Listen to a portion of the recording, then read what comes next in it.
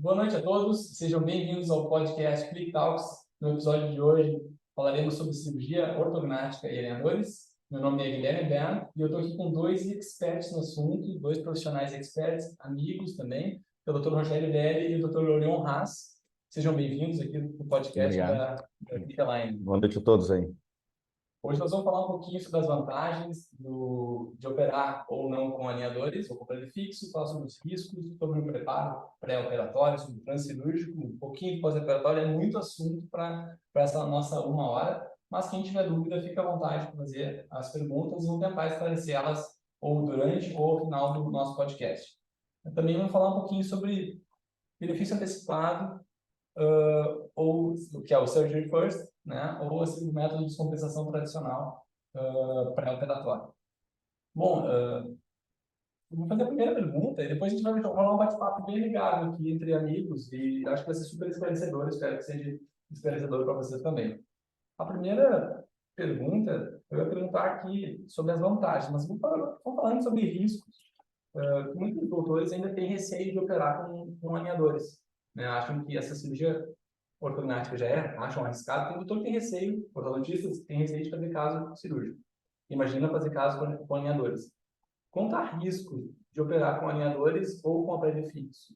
Um risco de instabilidade pós-operatória, vocês percebem que tem alguma diferença de uma técnica para outra? Bom, boa noite a todos que estão com a gente, Guilherme, Orion, bom estarmos juntos aqui para conversar. Do ponto de vista de risco de operar com alinhador, os riscos são mínimos. Por quê? Porque você não vai levar um paciente para a cirurgia ortognática, que é um paciente que tem uma deformidade, sem ter um planejamento muito bem feito prévio. Então, o que é hoje feita a ortognática? A ortognática hoje ela é feita 100% com planejamento virtual. Da mesma forma que você faz o planejamento com alinhadores, ele é 100% virtual. Então, a gente sabe aonde a gente quer chegar, a gente sabe quais são os limites para chegar nesse ponto. Então, a gente já parte sabendo qual será uma estimativa muito real, muito próxima do resultado final. Isso nos dá segurança de planejar e executar a técnica com alinhadores, seja surgery first, ou seja com um tratamento com algum período prévio de descompensação dentária, com uma situação de maior estabilidade, não é tanta rotina, e a gente tem operado casos de rotina e casos de alta complexidade com alinhador. Do ponto de vista, acredito que do ponto de vista cirúrgico, não muda a minha técnica cirúrgica. A maneira como eu vou fazer a fixação das osteotomias, tanto da osteotomia da maxila, da osteotomia da mandíbula, da maneira como eu vou fazer o meu planejamento para chegar no meu resultado final, como o Rogério falou, isso não muda, não altera se eu for utilizar aparelho fixo ou se eu for utilizar os alinhadores. O que vai alterar é a maneira como, no transcirúrgico, eu vou fazer os meus bloqueios transmaxilares. A maneira como eu vou fixar a minha guia intermediária ou a minha guia final no paciente. Então, quando eu vou utilizar um alinhador, eu preciso me certificar que essa guia ela vai ficar em boa posição sem eu ter os brackets. Então, eu não tenho os brackets para utilizar, ou seja, elásticos, ou seja, fios de aço para fazer a oclusão do meu paciente. O que eu vou utilizar vão ser mini implantes ou parafusos intermaxilares, que são da rotina do cirurgião, e eu tenho que me certificar que a oclusão do meu paciente vai ficar encaixada dentro dessa guia cirúrgica. Então, uma das dicas que a gente pode levar para o momento operatório é, por exemplo, se eu for utilizar uma guia cirúrgica num caso com brackets, eu tenho que fazer a minha guia mais rasa. Por quê? Porque os brackets vão complicar com que os dentes se encaixem. Então, o bracket vai bater nessa guia e muitas vezes talvez eu não vou chegar no resultado final se eu fizer uma guia mais grossa. Mas se eu utilizar alinhadores e não ter brackets, é importante que eu faça uma guia cirúrgica maior, para que justamente esses dentes engrenem dentro da guia cirúrgica e a única função do meu elástico intermaxilar vai ser comprimir os maxilares dentro dessa guia.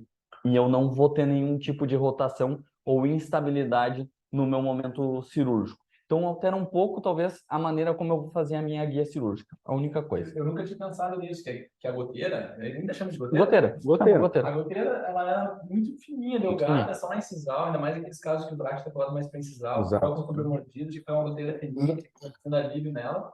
Agora, com alinhadores, não tem essa interferência. Não. Talvez nos casos que coloca botão. Até porque tu vai ter esse planejamento no software. Então, por exemplo, nós utilizamos o Dolphin. Então, no Dolphin, a gente vai ter o escaneamento ou dos dentes com bracket. E mesmo que tu tenha diferentes tipos de attachment do aparelho, do alinhador, não interfere. É isso que o Orion disse. Porque lá no software, tu define a altura que tu quer dessa guia. Você tem uma linha de corte dela. Exatamente. Isso aí. E aí tu imprime a guia naquela altura que te dá mais estabilidade. Então, tu pode até achar assim, e pode até olhar a guia, imprimir, eu achei que ficou um pouquinho raso. Aumenta no software e imprime outra guia, você tem maior estabilidade ainda. Falando em estabilidade transoperatória, eu lembro que eu tenho alguns casos cirúrgicos até com você, né, muitos. E alguns casos a gente optou por colocar botões em caninos e molares, e outros casos a gente não colocou nenhum tipo de acessório para o transoperatório. Qual que é os parâmetros que você leva em consideração se você diz que precisa botão ou não precisa botão para esse transop? Não é imprescindível. A questão fundamental é a questão é se há estabilidade periodontal. Vamos começar por aí. Se o periodonto está estável, você pode colar botões nos molares, nos caninos, e você não vai ter nenhum tipo de extrusão, movimentação dentária indesejada. Se há um problema periodontal, então tu vai trabalhar sem nada nos dentes, vai trabalhar com ancoragem esquelética, nem o Orion falou, a gente coloca os IMFs, ali, os parafusos de bloqueio, e você tem uma estabilidade no paciente. Então não é uma questão assim fundamental. Existe a preferência pessoal do ortodontista por algum ajuste que ele queira fazer, ou até mesmo, mas nós queremos que extrua o canino. Então a gente já coloca um botão, já passa elástico para fazer esse efeito, né, Orion? Como naquele caso que nós fizemos em conjunto de tracionamento incisivo, por exemplo. Exatamente. E a gente optou por ter botão no incisivo e nos caninos para dar uma estabilidade maior. Para travar. Eu acredito que isso é muito mais da preferência do cirurgião e do ortodontista. Mas, por exemplo, a gente tem que ter algo bem claro quando vai utilizar os botões. Por exemplo, se eu tenho uma oclusão final na minha cirurgia definida e eu utilizo botões, eu tenho certeza que se no pós-operatório eu utilizar elástico nesses botões, quando o paciente regressar para o ortodontista e voltar a fazer uso dos alinhadores, esses alinhadores já não vão mais servir. Por quê? Porque os dentes vão ter se movimentado. Então, talvez um dos pontos nesse momento é não deixar os alinhadores preparados e prontos para o pós-operatório da cirurgia e definir uma nova sequência de alinhadores após a cirurgia. Tá? Esse é uma coisa importante, tá? Porque o alinhador te dá essa flexibilidade. Dá essa flexibilidade. Tu faz o planejamento até o momento cirúrgico. Terminou a cirurgia, quando o paciente retorna, tu reescaneia esse paciente. E aí tu faz os ajustes que são necessários. Eu acho Isso é uma coisa versátil do alinhador. Esse, na verdade, deveria ser um protocolo. É o que eu tenho usado na clínica. Por exemplo, eu estou tratando um caso, estou preparando um Murilo lá, que você já operar. Exemplo, tá? Tinha um exemplo que veio à minha cabeça aqui agora. Esse caso tinha lá 60 alinhadores. E eu sabia que quando eu chegar nos 60, para estar pronto para operar. Então, o que acontece? Quando a gente chegou no momento, eu acreditei que a descompensação estava ok, tinha uma estabilidade primária, estava bom para operar, eu encaminhei para vocês. No momento que eles fizeram o escaneamento para fazer o preparo cirúrgico, eu interrompo a troca dos alinhadores e solicitei para a clinic mais alinhadores daquele mesmo estágio. Por exemplo, no estágio 15, eu peço 3 cópias do alinhador número 15. E eu sei que quando ele voltar, eu não vou, do pós-op, eu não vou passar para 16, 17, 18, que é outro paciente. Eu prefiro reescanear ele ficaria 1 mês, 2, usando aquele alinhador para se recuperar do pós-operatório. Após isso, eu reescaneei ele e fiz um novo planejamento. Perfeito. E isso acontece nem somente quando se utiliza os botões, até em pacientes que não se utiliza o botão, se utiliza mini implantes ou então parafuso de EMF, acontece, porque muitas vezes a gente não consegue prever um toque dentário, que muitas vezes vai dar um pouquinho de mordida aberta anterior, que quando está no teu planejamento, não é o mesmo toque que está no teu setup virtual. Por quê? Porque a mandíbula é um osso móvel. Então, quando a gente tem um toque, principalmente mais posterior, acaba abrindo um pouco mais a mordida aberta anterior. E isso já interfere completamente na movimentação que tu vai fazer da tua sequência do planejamento. Até pela questão do jump. Se tu vai tirar esse toque e a mandíbula vai rodar para fazer o... A gente precisa ter essa imprevisibilidade de um toque transcirúrgico até mesmo no software. No software, claro. No software eu boto um toque, só que na verdade em boca vai aparecer outro, porque a gente sabe que os scanners não copiam bem a oclusão. Às vezes o scanner deixa com um leve cante, Exato. com um contato pesado de um lado e leve do outro, e quando a gente faz a manipulação de modelos, é diferente da manipulação do modelo digital que aceita tudo. Né? Então a gente acha que o scanner é infalível, mas ele é falho, ele tem uma margem de erro. É por mais que ele esteja escaneado de uma forma a técnica mais adequada, tu tem uma pequena margem de erro. O que a gente faz? A gente ajusta isso no software e a gente, quando espera um toque maior, a gente acaba tendo um trabalho cirúrgico de ajustar isso daí. Por isso que não é só técnica, tem um pouquinho de arte a coisa também, porque tu precisa ajustar no último momento como é que a coisa vai evoluir. Mas do ponto de vista, tu falou de estabilidade, nós não temos dificuldade com o pós-operatório em instabilidades. Nós não temos instabilidade. Então, a questão fundamental é confiável, é eficiente, é estável, mas é dependente do planejamento no software. Isso aí é inegável, que há uma dependência do software para que a gente consiga ter esse resultado máximo. Estou aqui colocando a malha de confitrião, porque tem muita gente querendo entrar aqui ainda e não está entrando, porque não está lá dentro da sala. Então, ela está chegando, mas para quem chegou agora, vai ficar gravado, nós vamos colocar no YouTube da Clickline, né, provavelmente. E aí, quem chegou agora também, já estamos discursando um pouquinho sobre a cirurgia ortognática com alinhadores, podem fazer perguntas, eu estou de olho no chat aqui também para esclarecer as perguntas de vocês.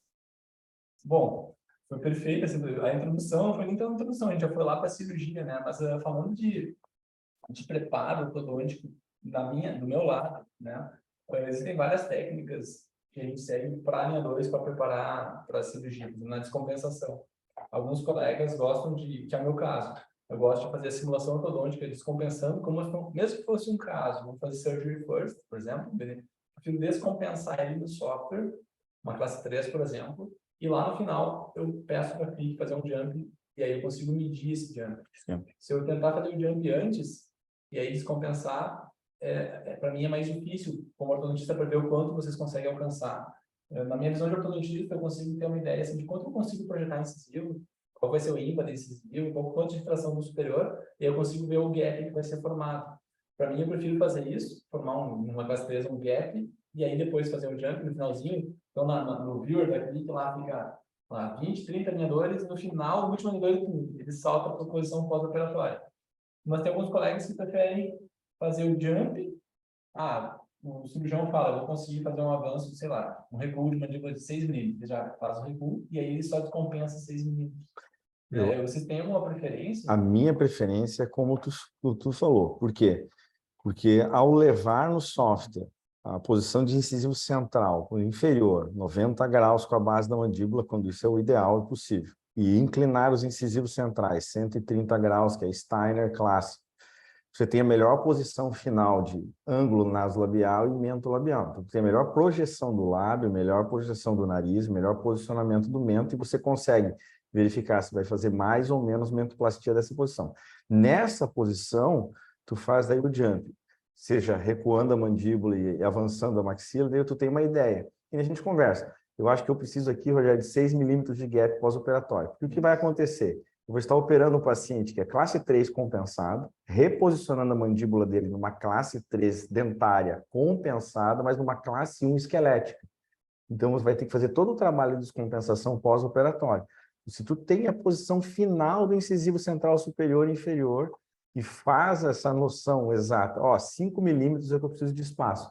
Isso me traz a informação essencial de posicionamento, maxila-mandíbula no software de cirurgia. Talvez esse seja mesmo o cenário ideal, principalmente no Surgery First, onde se a gente, cirurgião, tivesse o setup virtual final de vocês, inclinações dentárias, tudo que o ortodontista consegue dar de resultado para o paciente. Se a gente tivesse esse setup virtual final e eu conseguisse jogar esse setup virtual no meu planejamento, eu teria uma maior previsibilidade da estética, teria uma maior previsibilidade de como ficaria ângulo mentolabial, como ficaria ângulo nasolabial, e isso me ajudaria muito no momento de planejar, porque eu não vou estar planejando a minha surgery first, imaginando como vão ficar a posição dos tecidos moles. Eu já vou ter uma prévia. Então, eu teria esse setup virtual, faria o planejamento, e quando eu fosse transferir isso para o meu momento cirúrgico, eu regressaria para o meu escaneamento inicial, de como meu paciente vai para a cirurgia, para eu ter a guia cirúrgica. Então, esse talvez realmente seria o cenário ideal, principalmente no Surgery First. Então, assim, o ideal é, e veja se é assim que a gente se comunica, mas eu tento falar, eu já trabalho com o Rogério há muitos anos, mas a gente já se comunica seamless, assim, já se conhece. Mas falando para quem não opera ainda, vocês acham tão interessante, que nem eu trabalho no Click Cloud. Eu descompensei uma classe 3. E eu pretendo deixar nessa posição de descompensação, mas é um surgery first. Eu te encaminho esse viewer. É útil tu ver essa posição do viewer ortodôntico, porque o viewer ortodôntico, ele é só uma simulação. A gente pretende que fique um gap lá, 6 milímetros, por exemplo, de overjet negativo. Mas a gente sabe que clinicamente vai acontecer sim, porque a gente tem que fazer uma sobrecorreção ortodôntica no software. Às vezes o paciente não usou o elástico suficiente para conseguir toda aquela descompensação.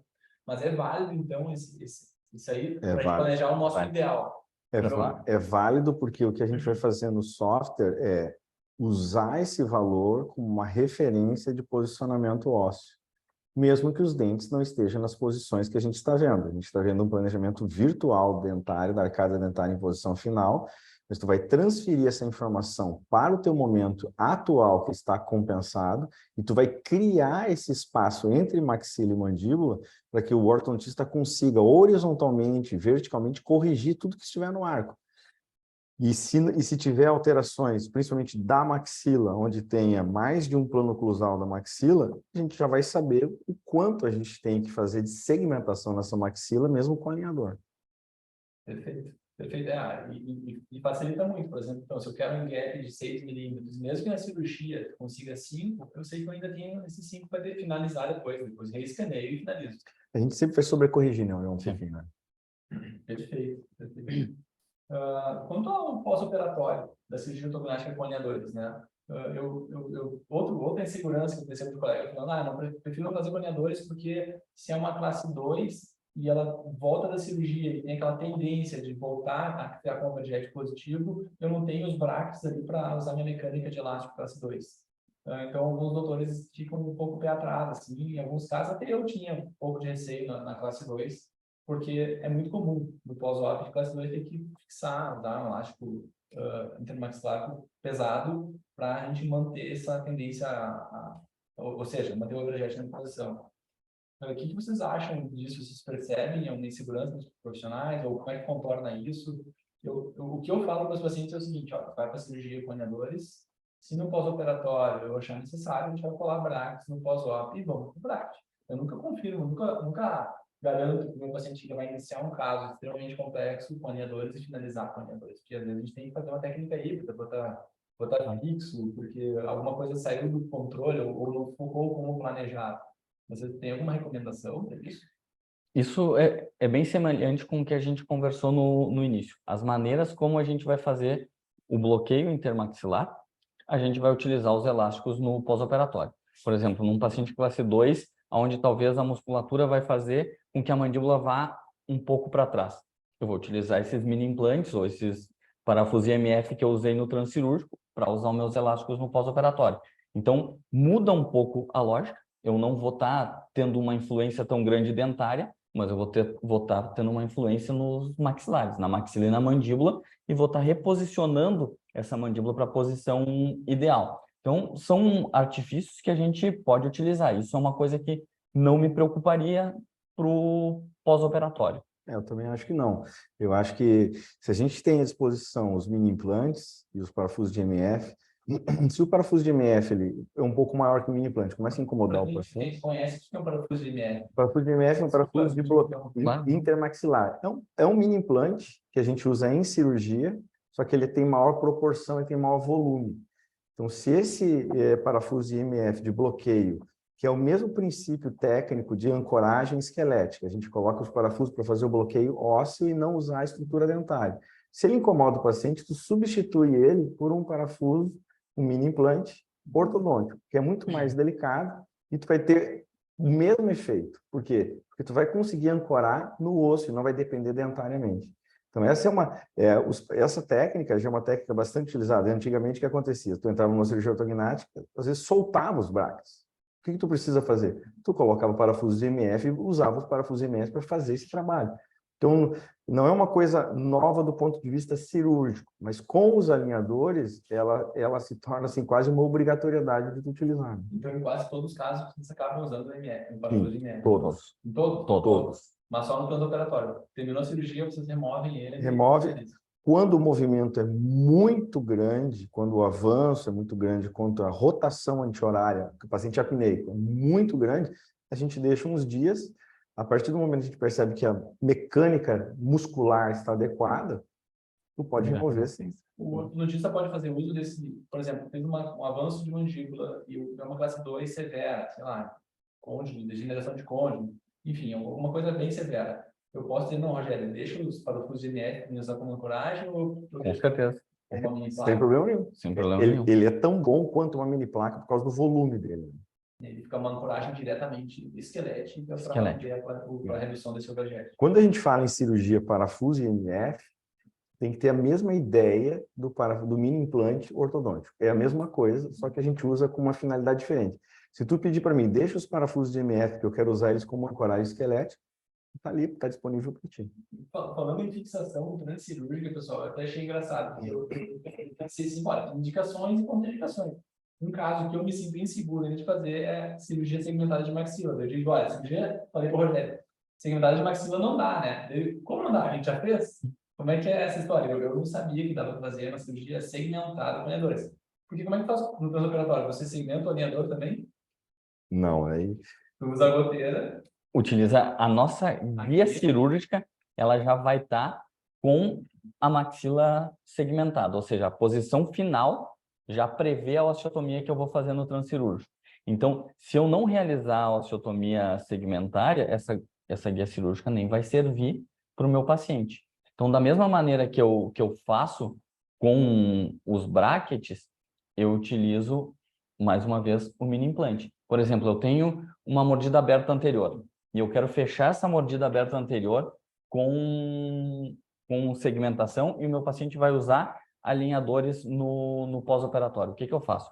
Coloco um mini implante na região de linha média superior e um de linha média inferior. No pós-operatório, esse meu paciente ele vai usar um elástico vertical para justamente fazer essa correção do fechamento da mordida aberta somente com o segmento anterior. Então, a função dos mini implantes, mais uma vez, é imprescindível. Só que, claro, a gente tem que saber um pouco de física, tem que saber também um pouco de ortodontia, tem que saber exatamente aonde aplicar as forças para que funcione. Planejamento é fundamental. Fundamental. Não, isso aí. Não, ainda mais segmentação, porque a segmentação ela vai ser feita ou em surgery first, ou você vai fazer algumas descompensações, porque às vezes tu tem a posição do incisivo lateral muito próximo do canino, então tu não tem a área de passagem do piezoelétrico naquela região. A gente faz 100% das segmentações com piezo. E agora o piezo novo que a gente está usando, que é um da Mecton, é um piezo extremamente fino, a gente consegue fazer ali um cortezinho ali de 0,5, 0,6 milímetros. Mas, se estiver muito próximo, tu não tem espaço. Então, tu vai precisar o quê? De um alinhador pré-operatório para fazer essa descompensação dos incisivos laterais com o canino para tu criar um pouco de espaço. Então, tu vai levar o teu planejamento aonde do alinhador? Até o momento onde esses ápices estejam separados o suficiente para que a gente possa fazer. Não é nem tanto a coroa, é muito mais o ápice por causa do piezo hoje em dia. E depois, no pós-operatório, aí sim, é imprescindível que os espaços tridimensionais da maxila, transversais, anteroposteriores e verticais, vão estar modificados. E aí você vai precisar escanear de novo e retomar o teu tratamento. Tá aí uma desvantagem dos alinhadores, tá? Porque, assim, para quem já trabalhou com ortodontia segmentada, cirurgia segmentada, a gente tem que fazer uma divergência das raízes entre canino e lateral para ter uma segurança na osteotomia, correto? Mesmo sendo feito com peso elétrico. E na ortodontia fixa, quando a gente faz esse tipo de raiz, já é um movimento que toma tempo. Uhum. E com alinhadores, ele toma mais tempo ainda, é um movimento de baixa previsibilidade, porque os alinhadores não têm essa força de torque nas raízes, mesmo que a gente pode atar muito grandes, a previsibilidade não é tão boa quanto o aparelho fixo. Então, assim, vantagem dos alinhadores que eu vejo para a ortognática, ele descompensa muito bem incisivos inferiores, ele expande as arcadas com uma eficiência incrível. Agora, algumas desvantagens. Então, a descompensação na classe 3 eu acho maravilhoso, o alinhador, eu acho fantástico. Agora, alguns movimentos que é tip de raiz, tórax nos molares, ele sofre e toma mais tempo, às vezes, até que o aparelho fixo. Então, para quem está ouvindo aqui, é possível, sim, é possível. Só que fazer tip de raiz, assim, é um movimento que leva tempo. E se for algo muito crítico, talvez valha a pena abrir um diastema exagerando no setup, em laterais, ou até mesmo considerar colar um bracketzinho, Deixa eu um rodar. fiozinho de segmento e rodar. Botar um cantiferro Porque tu pode fazer a ortodontia segmentada específica para fazer esse tipo de raiz naquela região e tu vai continuando com aí embaixo, fazendo as descompensações que são necessárias, tu vai precisar ganhar tempo. Então, o paciente segmentado é um paciente completamente diferente de rotina. Tem paciente que o paciente vem pronto para fazer surgery first com segmentação de maxila. Nós temos um caso que é um caso maravilhoso, né, Orion? A condilectomia intraoral, segmentação de maxila, osteotomia de base de mandíbula, um caso excelente, feito todo com um alinhador e com estabilidade total em pós-operatório. Então, o que nos faz, assim, a gente sempre conversa isso, o que nos faz ter essa segurança? É o planejamento virtual. Isso é fundamental, porque daí o que acontece? Tu prevê em cada etapa o que pode acontecer e tu minimiza risco em todo o processo. Perfeito. Perfeita a colocação. Eu já estou me sentindo cada vez mais seguro aqui com esses dois. Gente, quem tiver pergunta, pode fazer. Deixa eu fazer um comentário aqui que falou sobre pós-operatório agora, que os pacientes acham o pós-operatório com alinhadores muito mais confortável e favorável, por não ter tanto fator retentivo de placa e ulceração na mucosa. Eu também percebo a mesma coisa. Meus pacientes de alinhador, ou a impressão minha, mas às vezes parece que até o edema pós-op é menor. Vocês percebem alguma coisa nesse sentido? Ou é questão só de higiene? Do ponto de vista de higiene, a vantagem é enorme mesmo. Porque num pós-operatório mais imediato, o paciente ele vai ter uma dieta mais pastosa. Então, é uma dieta mais pegajosa. Se eu tenho aumento de fatores retentivos de placa, como o próprio bracket, isso dificulta a higiene. Associado ao edema, a dificuldade de mobilidade, abertura e fechamento da boca do paciente, isso traz um transtorno e um desconforto maior mesmo para o paciente. Com os alinhadores, eu já tenho menos fator retentivo dessa dieta mais pastosa. Então, sem dúvida, isso é uma grande vantagem dos alinhadores. Uma outra questão legal dos alinhadores em pós-operatório, quando tu faz uma rotação maxilomandibular com avanço, tu tem essa projeção maior dos dentes em relação aos lábios e à bochecha, essa compressão. Se tu tem um alinhador, o paciente praticamente não se queixa disso.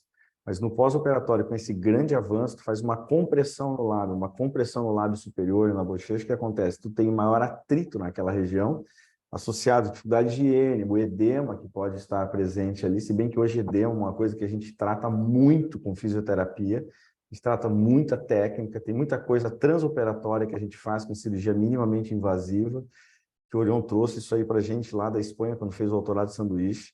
A gente ajustou a nossa técnica para invasibilidade mínima, a fisioterapia imediata pós-operatória, para dar esse controle de edema. Em técnica anestésica, controlada. Então, hoje, a cirurgia ortognática, comparativamente com o que a gente fazia 10, 15 anos atrás, ela é outra cirurgia. Não há comparação. Até podemos dizer assim, 10 anos atrás era um protocolo. Hoje, em cirurgia ortognática, é completamente diferente.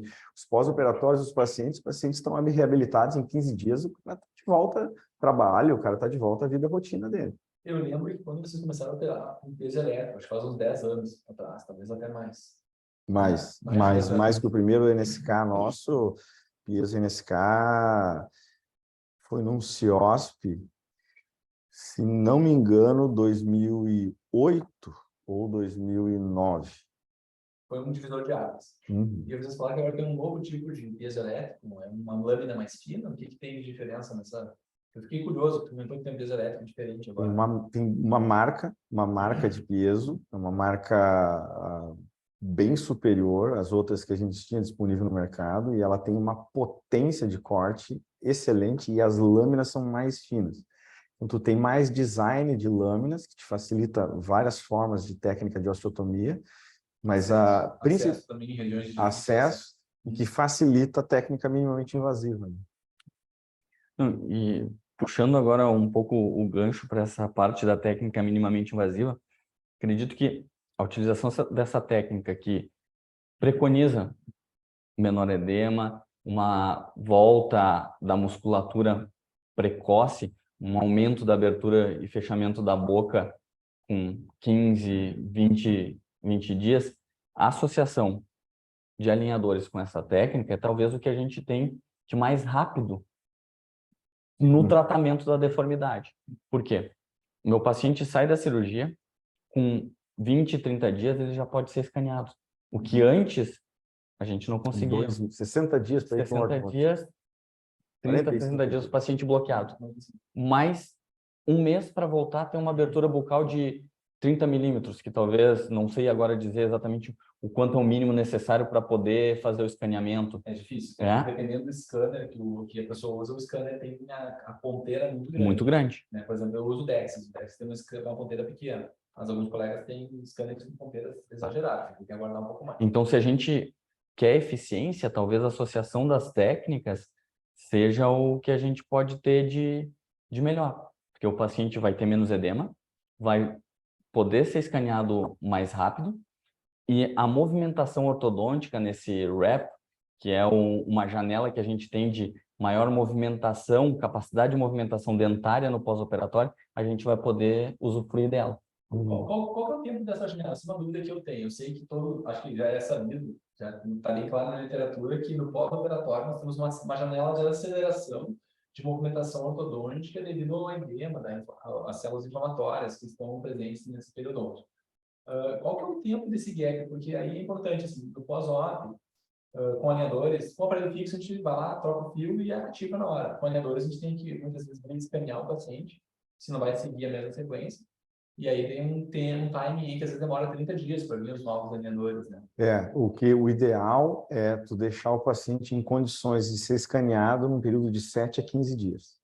Por isso que fisioterapia pós-operatória é fundamental.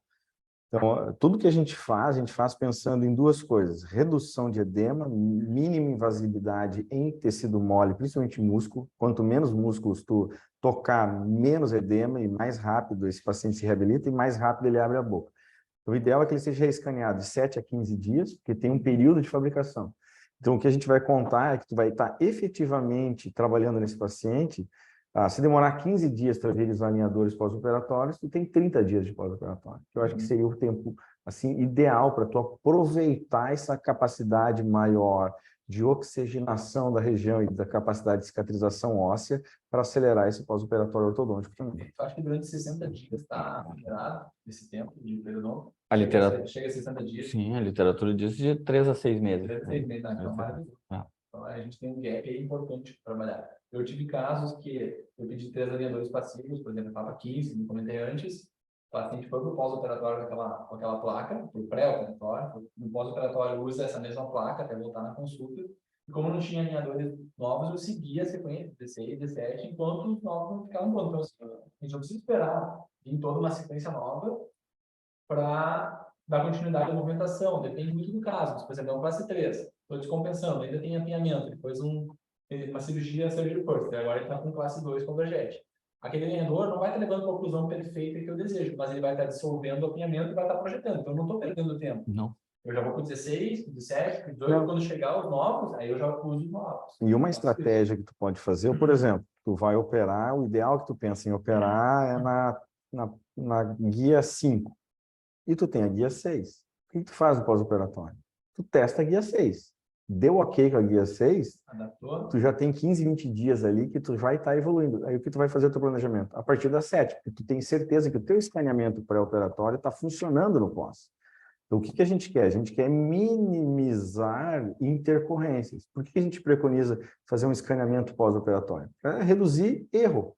Então, automaticamente, se tu operou na 5, tu tem a 6 funcionou, bom, tu já sabe que a 7 vai funcionar, porque tu já está na tua própria sequência, tu não perde esse vínculo. Então, isso é bem interessante. É que nem eu aprendi contigo. Se tu tem um alinhador, minha filha está tratando contigo, ela está no 5, não joga fora o 4. Se tu perdeu 5, tu volta para 4. Tem que ter backup. Então, tem que sempre ter backup.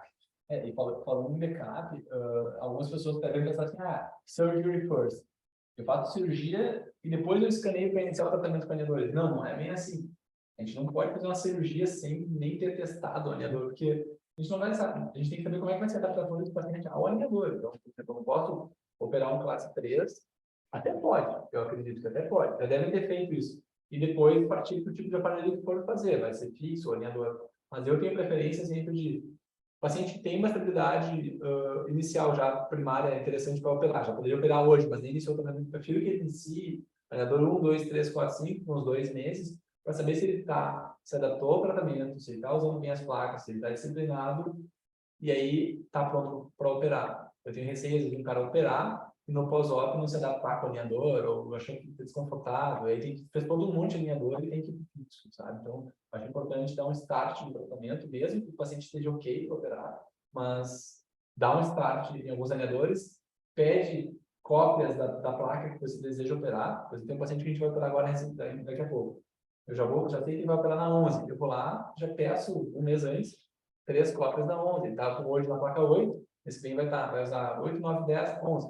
Vai operar na 11, eu peço cópias dessa placa para ele ficar pronto para o momento cirúrgico. Eu tenho feito isso, sabe? Então, uma dica é essa. E outra dica, eu sempre falo, que tem gente que compra alinhador por unidade. Eu quero um pacote de baixo custo para mim, né? Na clínica, por exemplo, um pacote de 24 placas.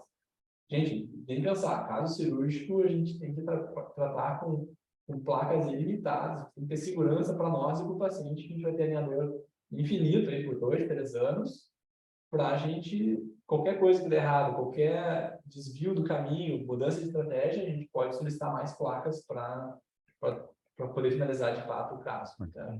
Isso é uma questão do ponto de vista de planejamento ortodôntico. Assim, tem que ter segurança, não adianta aquele planejar, em 2 meses está pronto. Às vezes não sai conforme planejado. Eu tenho uma pergunta agora. Estava pensando, a gente conversando sobre isso, conversando sobre o tempo de tratamento com alinhador, de utilizar essa janela. E é uma pergunta bem ortodôntica. Existe uma diferença entre o tempo de uso de um alinhador pós-cirúrgico para um tempo de uso do alinhador sem ser cirúrgico? Eu digo a troca de placa, se ela pós-operatória, a troca de placa é mais rápida do que sem ser cirúrgico? Então, eu vou te falar da minha opinião pessoal, porque eu não encontrei nada a respeito na literatura. Até para esse podcast eu procurei muitas coisas sobre cirurgia de alinhadores na literatura e tem pouca coisa. Tem pouca. A gente toca isso aqui em caso clínico, mas por protocolo. A tua pergunta é excelente, tá? Não existe uma regra para isso, mas eu, como regra, troco alinhadores dos meus pacientes a cada 2 semanas. O paciente que é extremamente colaborador, eu troco a cada 10 dias. Paciente de inição vista, jovem, 10 dias, porque a gente percebe incidentes que movimentam mais rápido. Paciente pós-op, 10 dias. A gente pode aproveitar essa janela e acelerar. Passar para 7 dias, passar para 10 dias, sem problema nenhum. Principalmente nesses casos que a gente tem. Por isso que é importante, gente, alinhador infinito. Eu estou com 20 alinhadores, operou no 11, toca 7 em 7 dias enquanto não chega os próximos. Enfim, dá para acelerar sim. Ou então, no pós-op, está com aquele planejamento inicial que não é o perfeito, não é o target final, não é aquela tacada. Eu brinco que o tratamento com alinhadores é parecido com jogar golfe, dá uma tacada para se aproximar do objetivo. Mas não vai acertar na primeira tacada. Então, a primeira tacada para poder fazer a cirurgia. Operou, nós vamos escanear. Daí vai ser aquela tacada final para a gente acertar o nosso target. Nessa tacada final, vem no pós-op, chegou a caixinha, o paciente recém foi escaneado, aquele alinhador ele entra que nem uma luva, ele não tem nada de perda de tracking. Ele recém operou, reescaneou, ele entra com o alinhador número 1, o alinhador número 1 sempre está melhor adaptado que o alinhador número 30. Né? Aí, gente, pé embaixo do acelerador, ele pode trocar por uns 2, 3 meses a cada 7 dias ou 10 dias, sem problema nenhum. Por isso que é bom aquilo que tu disse. Faz o planejamento. Eu tenho a preferência, às vezes o paciente quer acelerar a coisa, não precisa acelerar tanto. 1, 2 meses não vai mudar o resultado final. Por quê? Porque tu imagina, se o paciente nunca usou um alinhador, ele não está treinado a colocar e tirar, e aí ele está operado, vai ser mais difícil ainda. Se ele já está treinado no ponto exato onde ele vai remover esse alinhador, o que vai acontecer basicamente no pós-operatório, ele vai ali e remove com maior tranquilidade, porque ele já está treinado e habituado a usar o aparelho em si.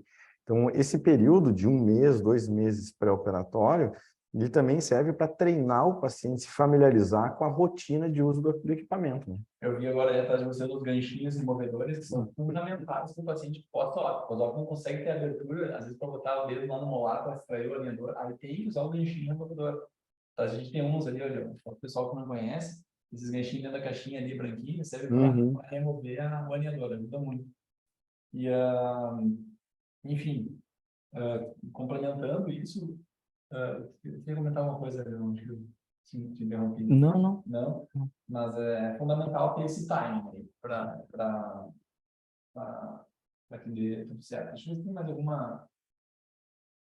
O pessoal está aqui com a gente. Se alguém tiver alguma pergunta, gente, fiquem à vontade para perguntar, certo? Eu me lembrei agora, no primeiro caso que a gente fez com alinhador, Guilherme, a gente tinha uma menina com 5 incisivos, não, eu até encontrei ela esses dias, e ela tinha 5 incisivos. E a primeira etapa que a gente fez foi remover esse incisivo central supranumerário que ela tinha para reposicionar. E lá no final, agora eu me lembrei também da questão da segmentação, houve a dificuldade de trazer para fechar e para formar aquela papila central inferior, né? E aí lá no final ela usou o quê? 2 meses, 3 meses de aparelho fixo? Sim. Só para isso especificamente. Então nunca pode chegar para o paciente e afirmar, ó, nós vamos fazer 100% assim. Sempre na ortodontia, e por isso que eu acho a ortodontia super versátil, tu tem desde a ancoragem esquelética com capacidade de fazer movimentos absurdos dentários de correção. Que foi o caso dessa menina também. A gente, pós-operatório, deixamos 2 placas para reposicionar todos os molares dela. E nesse caso, o fixo foi por 2 motivos. Foi para fazer um chip de raiz, a gente comentou que tipo de raiz é difícil com alinhadores, e tinha que mesenterizar 8 milímetros no molar. 8 milímetros no molar. E aí, então, nesse 8 milímetros com alinhador é heróico demais, não precisa ser heróico para provar que os alinhadores, eles são assim mais uma técnica, mais uma estratégia de sucesso para dar o melhor resultado para os pacientes. Isso que é importante.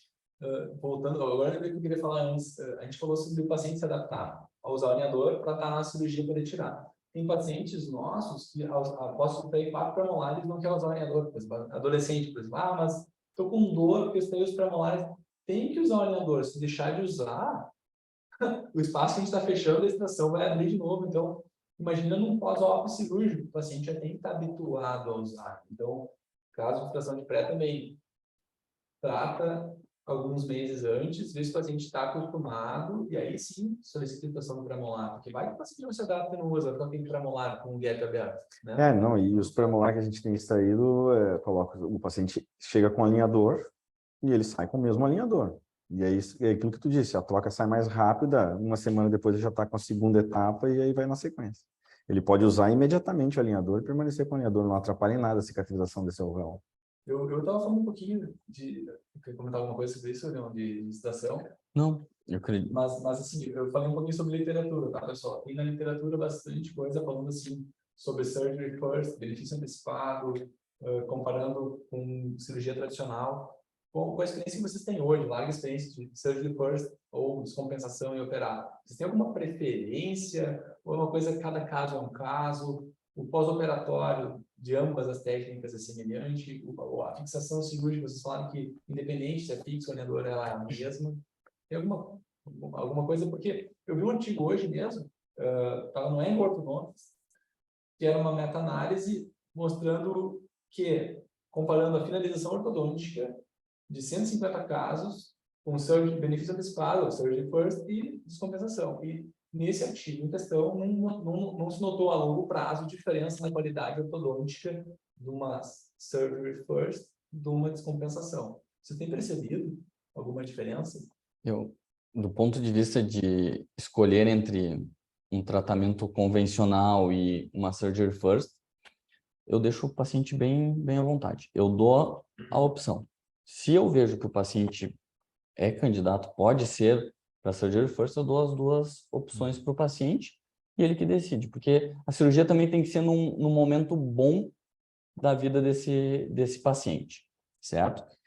O que eu percebo do ponto de vista de volume, do que chega mais no consultório.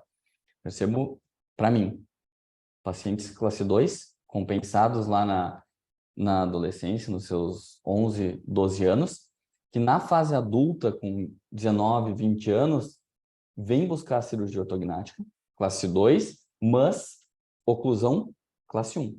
Mas vem buscar a cirurgia ortognática por uma questão funcional respiratória ou por uma questão estética. Principalmente estética hoje em dia. Esse tipo de paciente não é um paciente que vai querer descompensar os seus dentes, que vai querer utilizar aparelho ortodôntico com brackets. Esse é o tipo de paciente que vai querer operar, vai querer ter o resultado estético e vai querer utilizar alinhador. Porque ele passou há pouco tempo já por um tratamento ortodôntico e ele não ficou satisfeito. E ele vai querer algo que seja o mais estético possível. Então, esse tipo de caso, eu acredito que é o que mais aparece e é o mais candidato para surgery first e alinhadores. Agora, se o paciente vem encaminhado pelo ortodontista para mim e me pergunta, o que tu prefere, operar com alinhador ou com brackets? Poxa, essa escolha é tua e do ortodontista. O que vocês dois decidirem, para mim, tá ótimo. Eu tenho recurso para poder operar as duas técnicas. É isso que a gente tem que tentar oferecer para o paciente e para o colega, para o ortodontista. As duas opções são boas, né?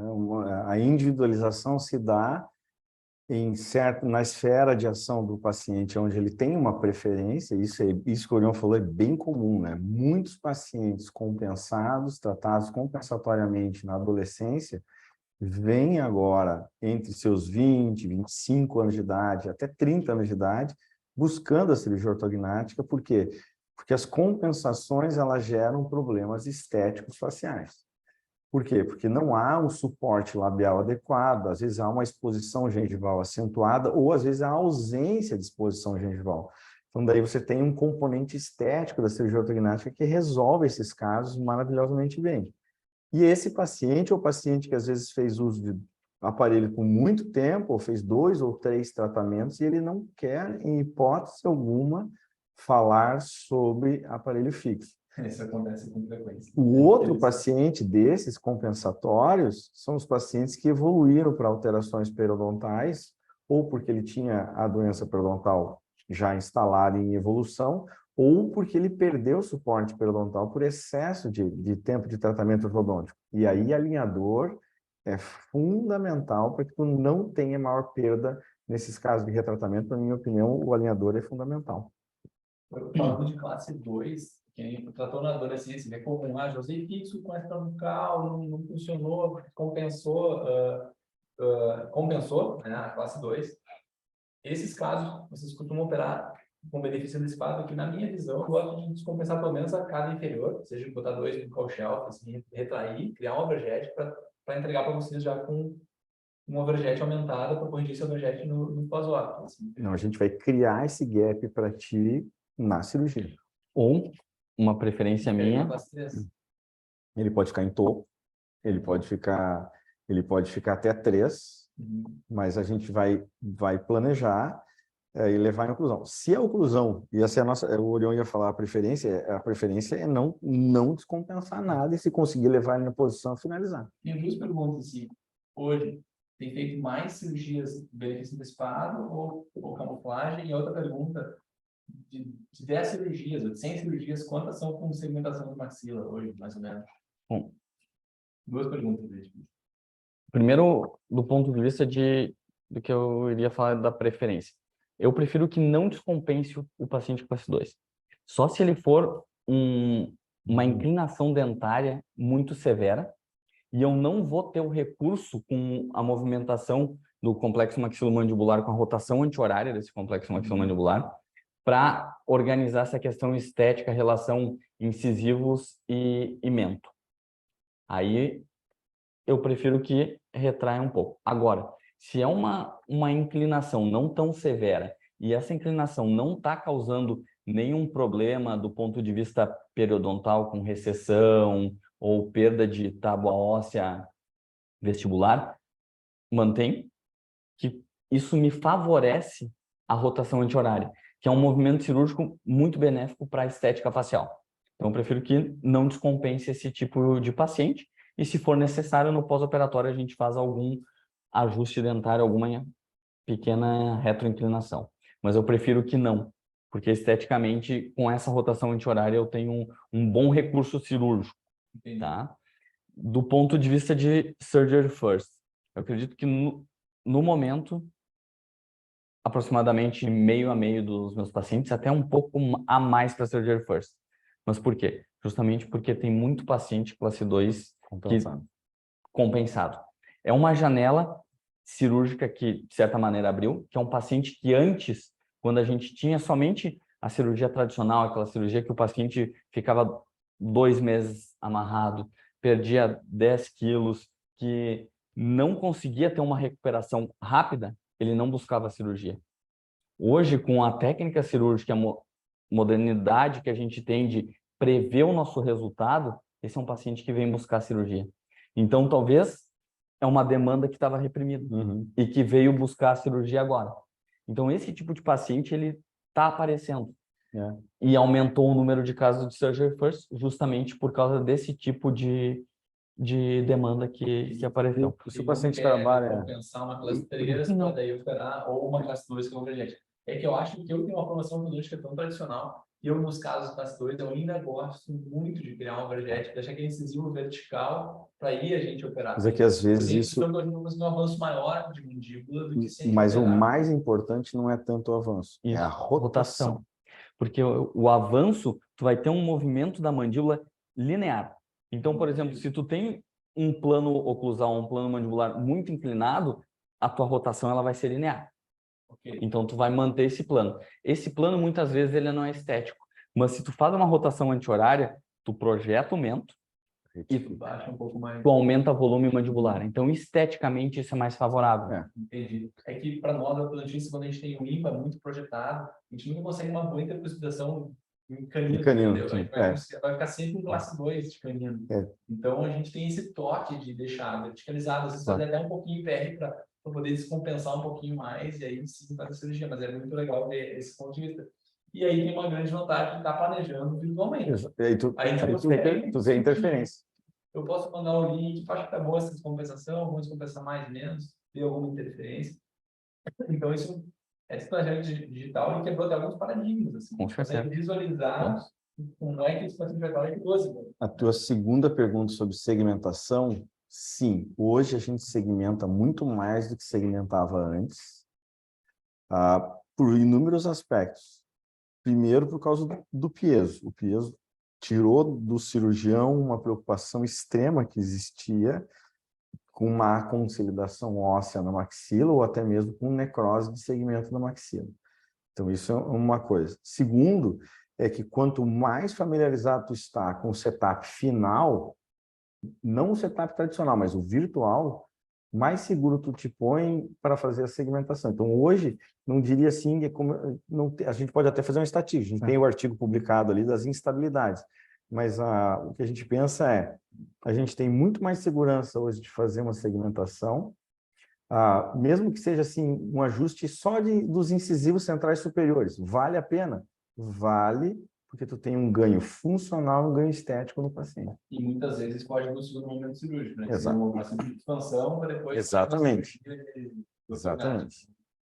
Botando na balança todos esses aspectos para tomar a decisão melhor para o paciente, né? No final, sempre para o paciente.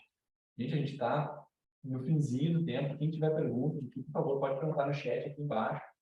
Mas, então, assim, essa era uma pergunta que eu tinha que fazer. Então, cirurgia antecipada versus descompensação tradicional. Acho que a gente já entendeu a maior parte das perguntas, né? Existe um debate ainda na ortodontia quanto a isso, mas a literatura já está mostrando muita coisa e trazendo segurança para o benefício antecipado. Ainda tem colegas meus lá da PUC que preferem descompensar. Eu sou um deles. Em alguns casos, eu realmente prefiro descompensar, porque eu me sinto mais seguro. Mas, voltando falando em pesquisa, vocês recomendam alguma coisa na literatura para quem deseja se aprofundar um pouquinho mais sobre ortognática ou alinhadores, ou você tem alguma videoaula sobre esse assunto, seja ortognática, para quem é ortodontista raiz que quer só aprender, fazer os seus primeiros casos de ortognática, onde ele busca mais conhecimento, ou o cara que já é expert, só que não fez casos de ortognática com alinhadores, onde ele busca esse conhecimento? Aqui nos podcasts a gente passa um pouco por cima. Vocês recomendam algum artigo, literatura, livro, curso? Eu sei que você tem um curso, eu já lembro, apresentei no curso de vocês no ano passado, mas ele é um curso voltado mais para o cirurgião bucomaxilo ou ele é para o ortodontista também? Eu já falei um pouquinho, já deu spoiler do curso aqui, né? Já. Então, Mas, o curso ele é um curso de aperfeiçoamento em cirurgia minimamente invasiva para cirurgiões e para ortodontistas. O que nós estamos pensando agora é fazer um módulo mais ortodôntico para mostrar para o ortodontista como trabalhar com esses alinhadores em ortognática, quais são os cuidados, quais são os prós, os contras e como definir esse relacionamento com o paciente. Se a gente está pensando em fazer um módulo específico só para ortodontistas, por quê? Porque muitos ortodontistas não sabem que é técnica minimamente invasiva e os benefícios que ela pode trazer para o paciente dele. Por exemplo, o paciente opera na sexta, se ele trabalha em home office, segunda-feira ele trabalha em home office, ele está em casa. Ele pode ter alta hospitalar em 24 ou em 48 horas. Então, tem toda uma rotina de diferença. Nós vamos ter um módulo agora, que nós já estamos com o curso praticamente fechado, agora em julho, dia 27, 28 e 29. E vamos ter outros módulos em setembro, mas vamos programar alguma coisa para o segundo semestre específico para o ortodontista. E em relação à técnica em si, só tem benefícios, tanto para a ortodontia quanto para a cirurgia. Verdade.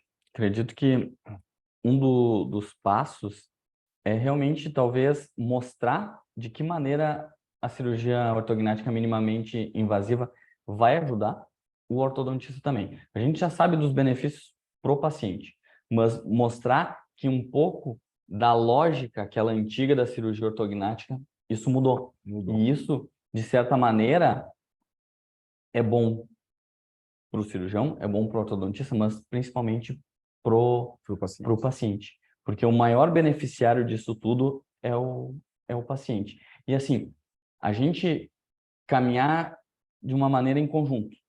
A cirurgia tem as suas tecnologias, tem o seu desenvolvimento.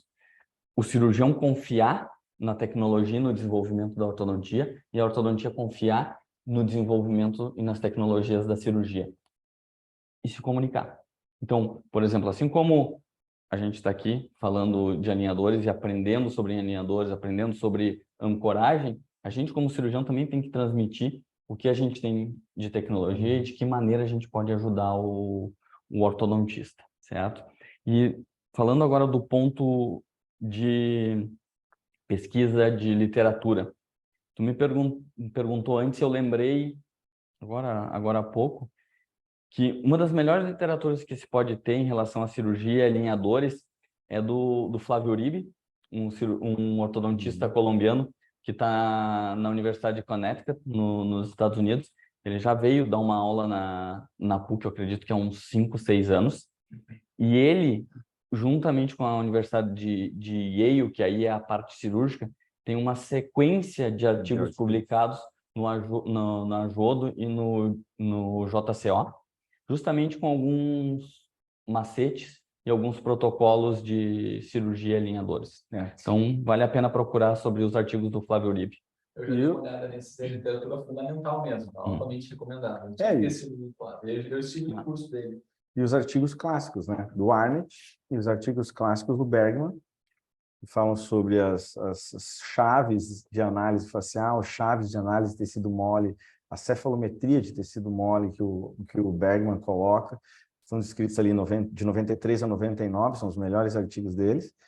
E aí tem vários, tem os artigos do Sugawara para ancoragem esquelética e assim vai na sequência. Acho que o melhor é buscar o estado da arte, tu vai achar nos artigos com as revistas, né? Na Jodo, tu vai achar na Endo, tu vai achar na International Journal of Maxillofacial Surgery, são esses artigos que a gente vai.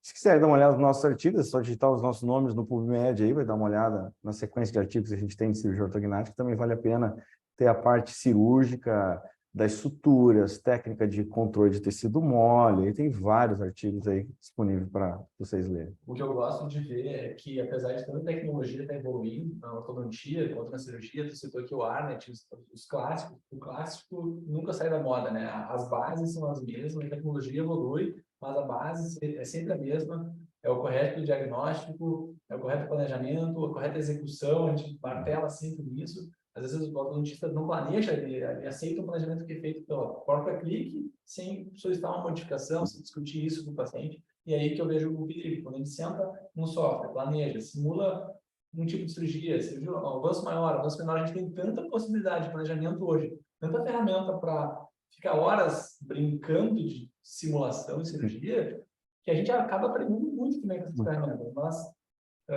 foi uma verdadeira aula aqui hoje, eu acho que já estamos acabando nosso tempo, foi uma verdadeira aula. Eu aprendi demais com vocês, como sempre, é um prazer estar com os dois irmãos gêmeos aqui, eu brinco aqui junto com a gente. São muito parecidos, né? Irmãos gêmeos com diferença de 20 anos. Eu sou mais novo. Tá bem conservado. Né? Eu tô no formal, tô no formal. Eu quero ficar, tem que ficar velho, quero ficar que nem homem. Tô no formal. Você tá me chamando de velho por quê? Mas é que eu sou muito novo. Né? Mas, Rogério e Orion, muito obrigado. Agradecemos demais aqui ao Dr. Orion, ao Dr. Rogério e Velho, por compartilhar os conhecimentos de você, uma verdadeira aula, novamente, as experiências de cirurgia. Espero que tenha sido gratificante para você, muito esclarecedor.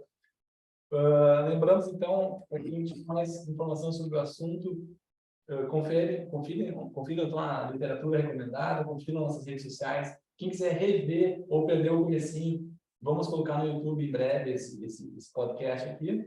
E, então, agradecemos a todos vocês por compartilharem o tempo aqui nesse episódio com a gente. Muito obrigado por estarem presentes aqui no Sleep Talks e até a próxima.